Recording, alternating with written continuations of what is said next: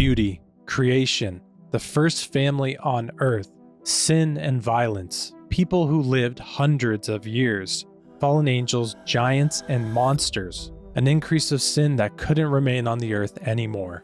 This is the world before the flood, the antediluvian period. In the beginning, God created the heavens and the earth.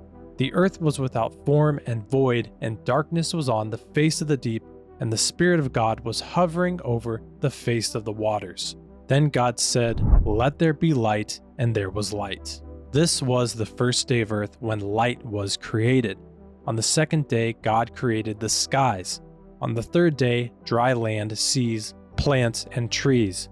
On the fourth day, God created the sun, moon, and stars. On the fifth day, the creatures that live in the sea and the creatures that fly. On the sixth day, animals that live on the land, and finally humans, made in the image of God, were created. On the seventh day, God finished his work of creation and rested, making the seventh day a special holy day. Adam and Eve lived in perfect union with God and creation in the garden, but sadly this didn't last long. So when the woman saw that the tree was good for food, that it was pleasant to the eyes, and a tree desirable to make one wise, she took of it its fruit and ate. She also gave to her husband with her, and he ate. Then the eyes of both of them were opened, and they knew that they were naked, and they sewed fig leaves together and made themselves coverings. At this moment, sin entered the world through Satan's temptation through the serpent. Adam and Eve were then banished from the Garden of Eden. Therefore, the Lord God sent him out of the Garden of Eden to till the ground from which he was taken. So he drove out the man, and he placed cherubim at the east of the Garden of Eden, and a flaming sword which turned every way to guard the way to the tree of life. This began the pre-flood civilization on the earth. Now Adam knew Eve his wife, and she conceived and bore Cain, and said, "I have acquired a man from the Lord." Then she bore again, this time his brother Abel. But things weren't the way they were in the garden anymore. Sin had entered the world. Now Cain talked with Abel his brother, and it came to pass when they were in the field that Cain rose up against Abel his brother and killed him. Because of this offense, Cain was driven away from the presence of the Lord. He became a fugitive and a vagabond on the earth. He left to dwell in the land of Nod on the east of Eden. And Cain knew his wife, and she conceived and bore Enoch, and he built a city and called the name of the city after the name of his son, Enoch. As the earth's population grew, people at this time were living much longer than they do now.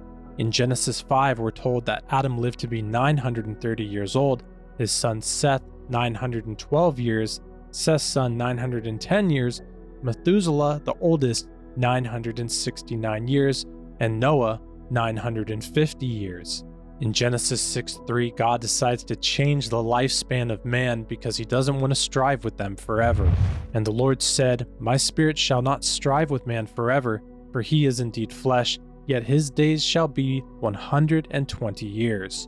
During this time, we have the first mention of the fallen sons of God, or what's believed to be the fallen angels, interacting with humans. There were giants, or Nephilim, on the earth in those days, and also after that. When the sons of God came into the daughters of men, and they bore children to them, those were the mighty men who were of old, men of renown. We hear this same account in the apocryphal books of the Book of Enoch and the Book of Jubilees. And all the others together with them took unto themselves wives, and each chose for himself one, and they began to go into them and to defile themselves with them. And they taught them charms and enchantments, and the cutting of roots, and made them acquainted with plants. And they became pregnant, and they bare great giants, whose height was 3,000 eels, who consumed all the acquisitions of men. And when men could no longer sustain them, the giants turned against them and devoured mankind. And they began to sin against birds and beasts and reptiles and fish, and to devour one another's flesh and drink the blood. And the earth laid accusation against the lawless ones.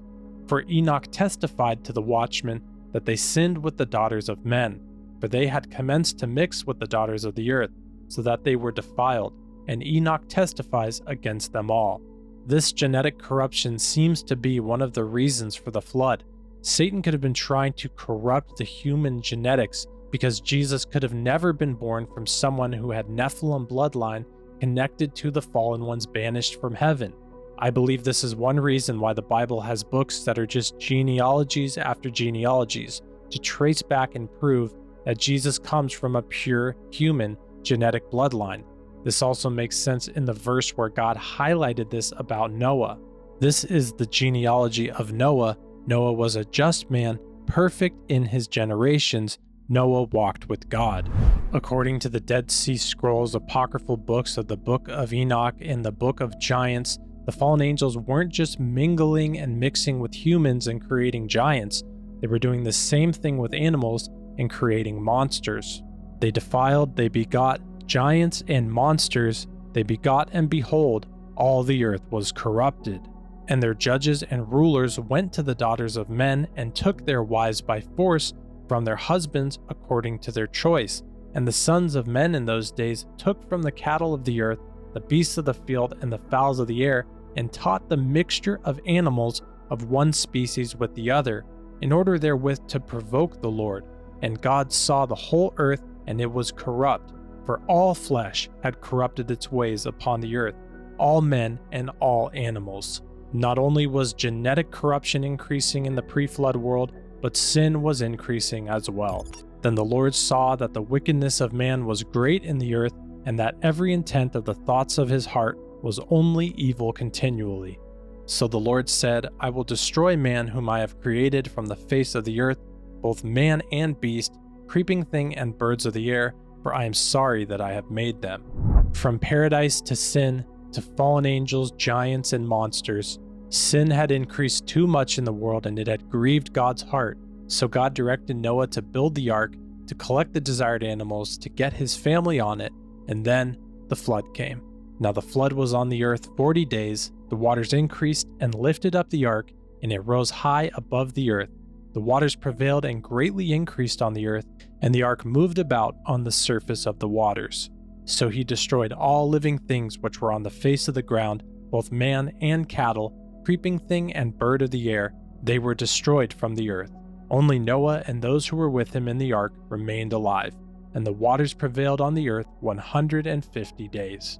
And that's a brief overview of the pre-flood world. But Jesus tells us that this is an important time period to remember even for the days that we're in right now. Jesus speaking, but as the days of Noah were, so also will the coming of the Son of Man be. For as in the days before the flood, they were eating and drinking, marrying and given in marriage, until the day that Noah entered the ark, and did not know until the flood came and took them all away. So also will the coming of the Son of Man be. Jesus is Lord and Jesus is King. He is right now, and he has been during the pre-flood era, during the flood, and after the flood. The Lord sat as King at the flood. Yes, the Lord sits as King forever. Jesus said before he comes back it'll be like the days of Noah, and as we just saw, sin was increasing terribly in those days, and that's exactly what we're seeing right now. And there's a possibility of that fallen interaction between the fallen sons of God and humankind happening again as well. So live for Jesus and love people, follow God's ways, read the Bible, live according to them. This is exactly what he told us to do, and this is what we should be doing, especially as the times we're in start to look a lot like the pre-flood times as the days of Noah. Because this is the response that you want to hear from God. You want to be walking with him so closely that he says this type of thing to you the same way he did to Noah. Then the Lord said to Noah, "Come into the ark, you and all your household, because I have seen that you are righteous before me in this generation." I pray you all are well. Thanks for watching, and God bless.